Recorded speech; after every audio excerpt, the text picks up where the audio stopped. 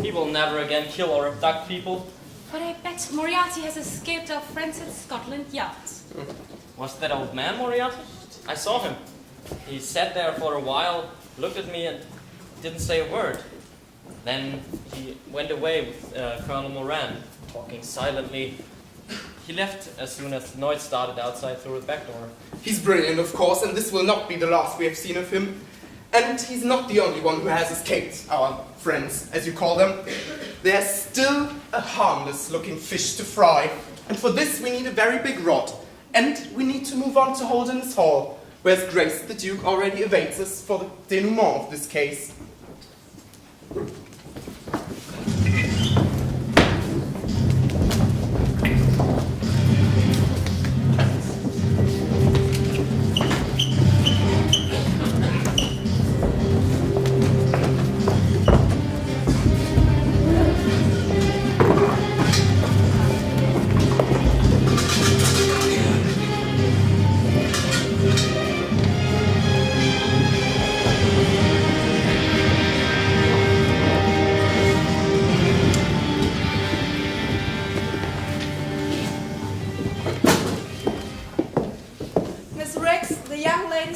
Helen and Agnes, sir.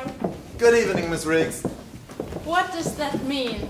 Did this impertinent Mr. Holmes order you here too? He asked us to be here at this time. Yes, Your Grace. It is all right. It is not all right. This Mr. Holmes gives commands as if he were the Duke and not you. This is your house, my dear. I could have stopped him if I wanted to. He asked my permission first. He asked your permission? Yes, he can be very polite.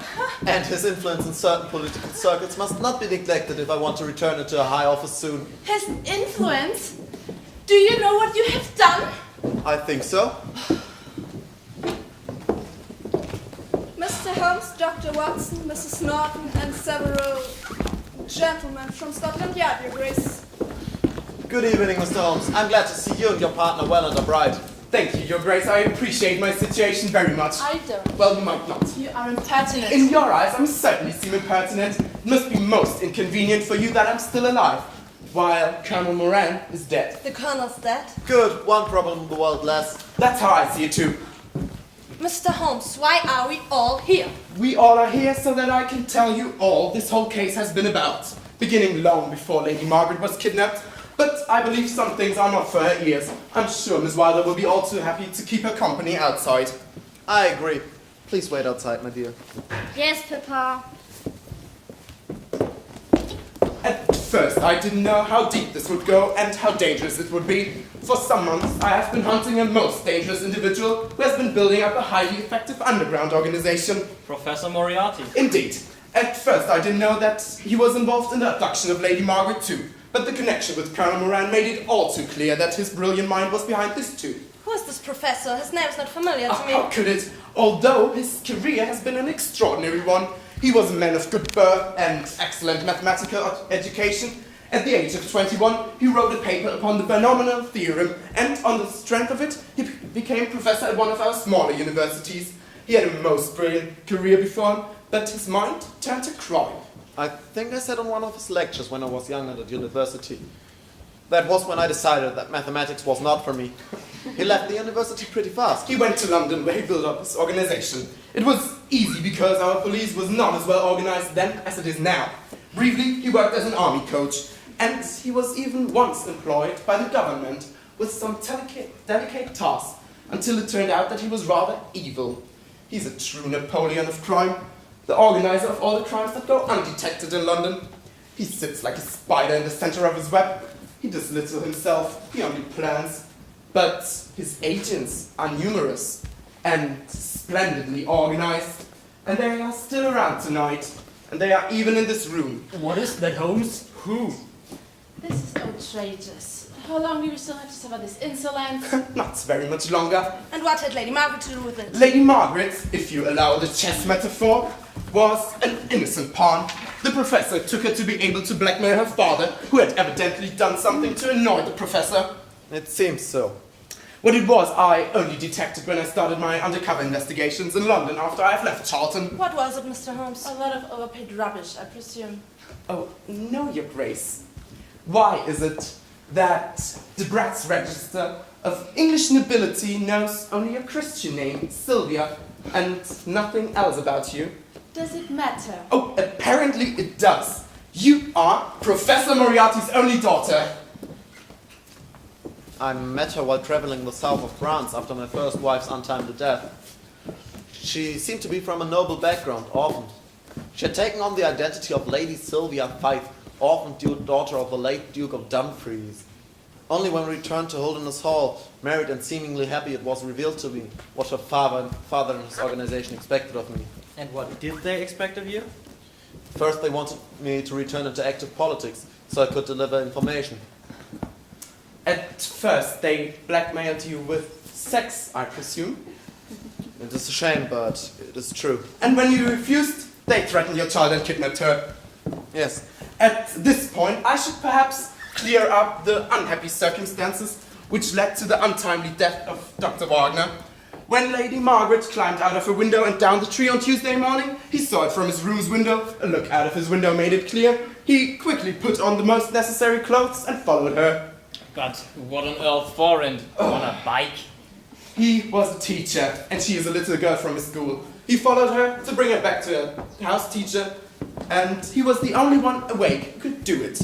He quickly put on the necessary clothes, and then he took his bike because she was several minutes ahead of him. But he didn't catch up with her. Do you want to say that she? Inspector!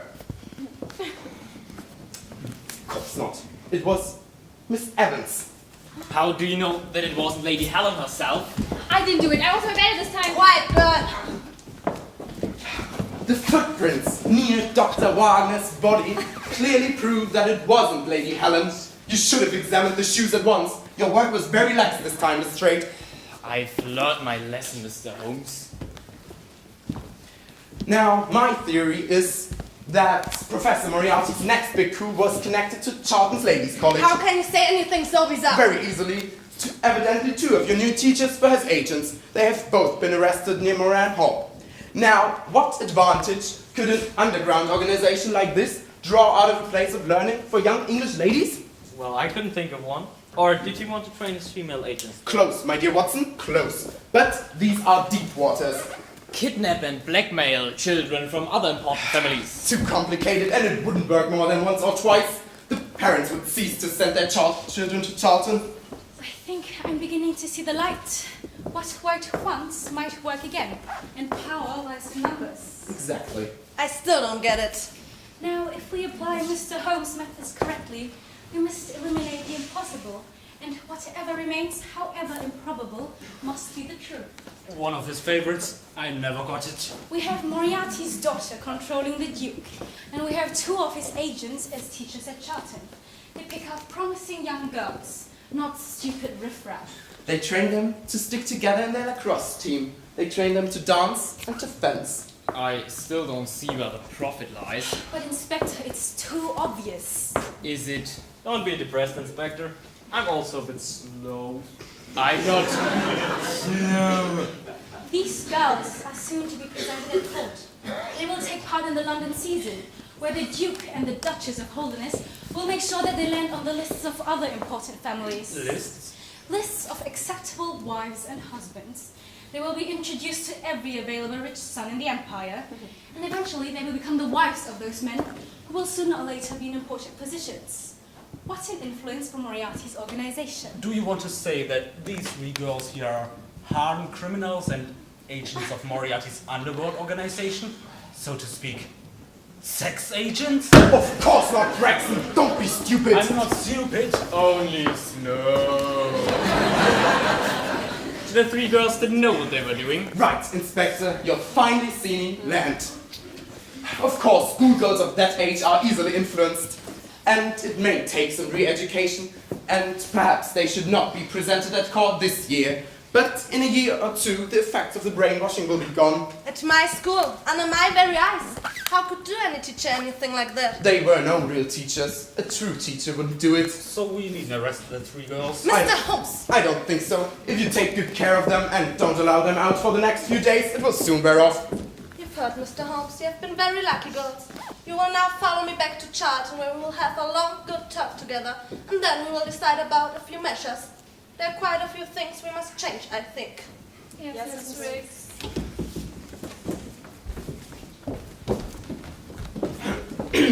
There is still a most unpleasant thing to be done. The Duchess. Moriarty's daughter. You cannot arrest me. I have committed no crime. As far as I know, being your father's daughter isn't a crime yet. And my father has not been found guilty by any court. So he is no criminal either. Innocent until proven guilty. Damn! It is all up to His Grace, the Duke. Indeed. Now, Your Grace, Now, Wilder. His Grace has asked me to have this legal document prepared. It includes his resignation from all public offices due to poor health. He does not prepare to become a government member anymore. It also includes divorce documents as from this moment on, he does not regard Miss Sylvia Moriarty as his wife anymore. She must leave his lodgings at once. Furthermore, there is a letter to Scotland Yard in which he states that the before-named Sylvia Moriarty had taken part in the abduction of his daughter by making her leave the safety of her school and the blackmailing of himself. And for this, you can be arrested.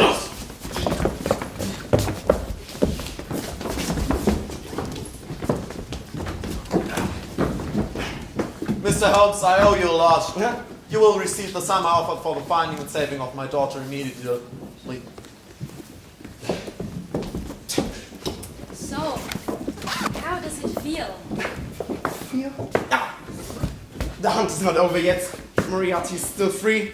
We will get him, no doubt about that. Now I'd like to get out of these clothes. Of course, go back to your quarter and change. I'll just sit here, smoke a pipe or two, and think over some minor problems. Will you be all right? Of course, sometimes a man must be alone with his thoughts. Thank you.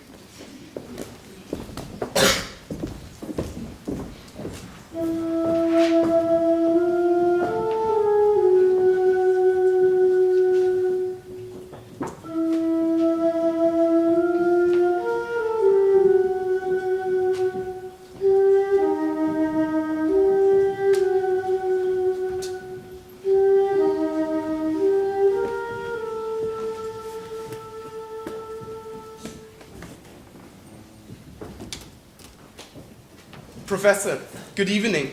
No good evening for you. I told you if you try to stop me, I would have to kill you. You tried to. You failed. Do you really think that this has destroyed my organization? Well, badly damaged at least. Colonel Moran is dead. 2 of your top agents arrested. Several others who were found near Moran Manor arrested too.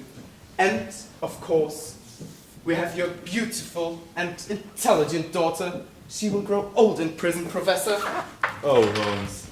She isn't really my daughter. That is what I told her after I adopted her. I placed a few false documents with the authorities in London, and now you think you can prove that she's my daughter? She isn't. She can be replaced. She's dispensable. Well, aren't we all? You are. You are arrived at the end of your journey. Think well before you do anything foolish. The police are still around and I will most certainly defend myself. How would you defend yourself? With a cane? Perhaps. Very elegant and tricky. You told me a good deal, Professor. It would be a pity to kill you in a duel. We will bring it to an end, Holmes. Now and here.